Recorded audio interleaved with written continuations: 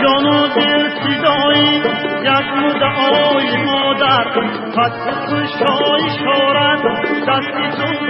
مادر در شعرها سرودم از بود و از نبودم در سینه‌ام فرشته سوز و نوای مادر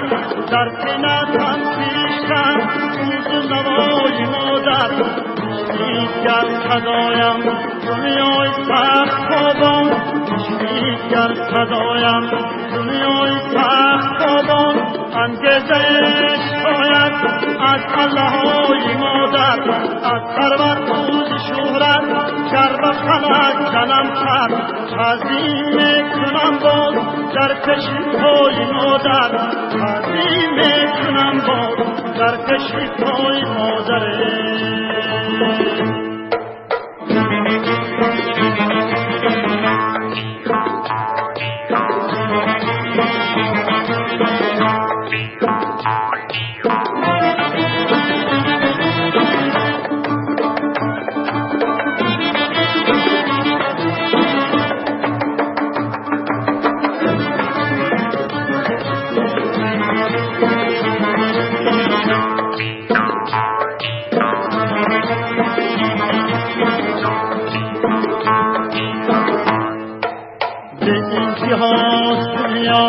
از آن کی سوی نکی به انتها دنیا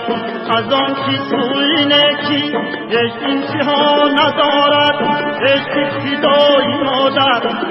چار درد دادن درد دیگر نخواهد از چار سمت دنیا آید صدای مادر شاه و گدا نماندن در عهد ما ولیکن بودن جمله شاهان آخر گدای مادر غمخور و غم شریکان از میتر زیادن اما بر رودی تختی خالی جای مادر اما بر رودی تختی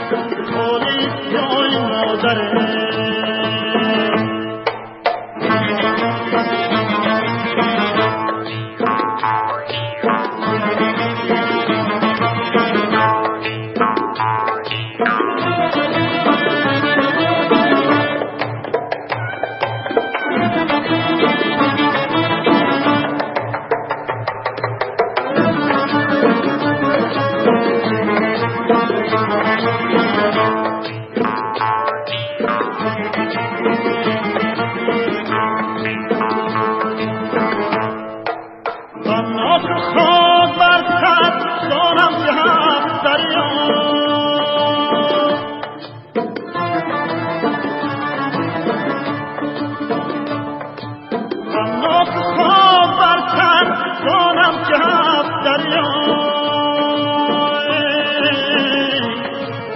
از گریه چون نخوش کرد روز بیدای مادر از گریه چون نخوش کرد روز بیدای مادر